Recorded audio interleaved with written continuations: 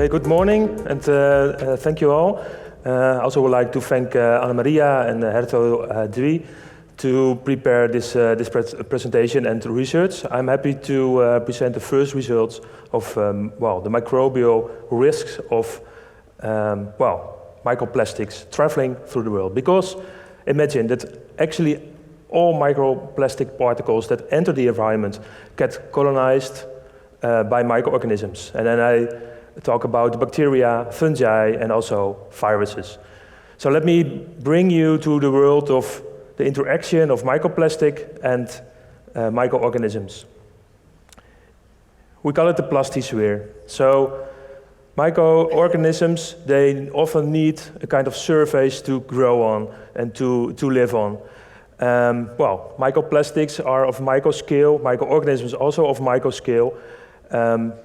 Bacteria are in the area of 1 micrometer to 10 micrometer, but it can also be a bit bigger and smaller.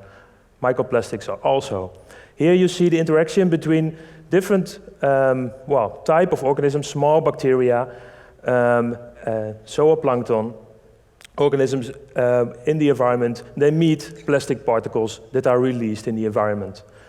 And on the bottom of the scheme, you will see a bigger microplastic particle. It can be 100, 500 micrometers scale, much bigger than the bacteria, and they start growing on it, so they can colonize the surface and create a kind of environment for themselves. And many organisms can stick there, and they can live and they can develop. So we do know that a lot of microorganisms are there, so a lot of species, I mean. And they can travel with the microplastic all over the world to different environments, coming from other environments. So we know they are there, but we don't know which microorganisms are there, and we also don't know what are the health effects. So are there especially pathogenic organisms? Do we have viruses, or are there only harmless organisms? So we try to find out, and I think it's really important to look the environments where plastic and microorganisms meet each other in the environment. So back to the human perspective. Here you see one of the typical wastewater treatment plants. We designed this as human to treat our wastewater from households, fecal pollution. So we collected and microorganisms, so good guys. They help us to remove the nutrients like phosphorus and nitrogen. But here in this treatment plants, it's a mixture of all kind of chemicals, fecal bacteria, and also different viruses like norovirus with potential pathogenic characteristics. So you can become sick of those organisms. After treatment, often the water is released in the environment in a river or a sea. But also the bacteria and also the microplastics, and also the microplastics and bacteria that form a kind of cluster. So they enter the environment. There are different environments where microplastic and microorganisms reach each other. Here you see a picture I made in Jakarta when I was traveling by train.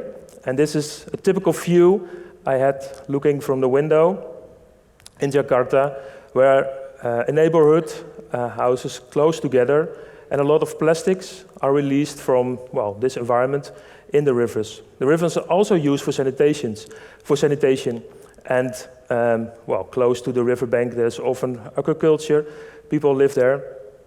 But also the plastic, it gets buried in the sediment, and also many microorganisms that live there, but also pathogenic organisms come close contact with the plastics. At this moment I realized it's really important to start research on what kind of organisms can grow, of course, on the plastics, but also how resistant are they, how long can they stay there. So we took samples from different rivers in Indonesia, and at RIVM in the Netherlands, also samples from Dutch rivers were taken. So microplastic samples were collected from the river water, but also bigger plastics, because bigger plastics, they get smaller and also pathogens can be present there. Apart from sampling in the environment, so taking the particles that are there, we also incubated particles in the laboratory in different water. Because if you collect a sample from the environment, you don't know the history. Now we do the other way around also in the laboratory. So we have environmental water from different, well, clean and dirty environments. And we incubate it for, well, a certain time, half a year. And we try to identify what kind of organisms can grow there. And we focused also on antibiotic-resistant bacteria, because antibiotic-resistant bacteria, they can travel this way also over the world and well, are harmful to our health. What we found out is that size really matters, size of the particles.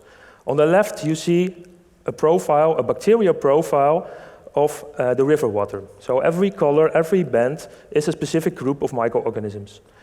If you look for the second and the third bar, there you see microplastic particles of 500 and 100 micrometer. It's a totally different composition of microbial organisms.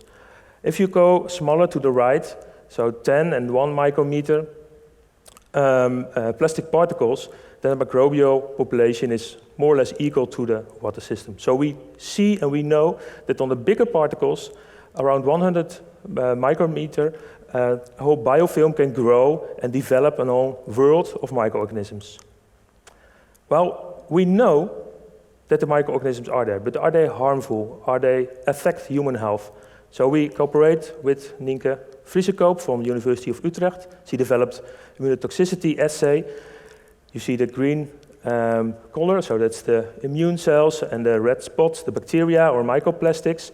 And we tested what is the effect of different sizes of microplastic colonized by bacteria on the immune assay, on the immune system. And we saw that well, the bigger the particles, from 1 micrometer to 10 micrometer to 90 micrometer, the bigger the effect, the activity of the immuno cells are. We also saw that dependent on the environment that we expose the bacteria in, that well, if we expose the microplastics in a dirty environment, for example, the effluent of a wastewater treatment plant, or in an agricultural ditch, or in freshwater, well, clean lake, that there is a different behavior of this immunoresponse.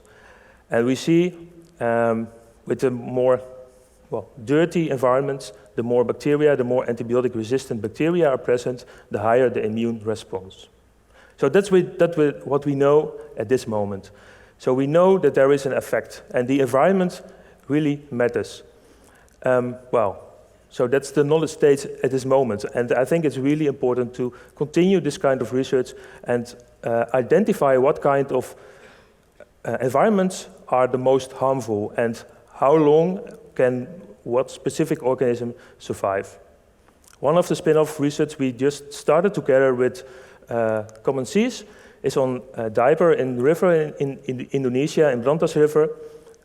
We collected diaper, used diaper, and we identify what kind of organisms are there. Antibiotic-resistant bacteria, specific harmful viruses, bacteria. But we also identify in the lab the fragmentation rate of the diaper material. Because if the diaper is in the environment, it's a big use of plastic, a big bulk of plastic. But over time, it degrades, and well, the organisms that are stick on those plastics can be transported over time. Well, I hope next year I can present the results of this study. Thank you.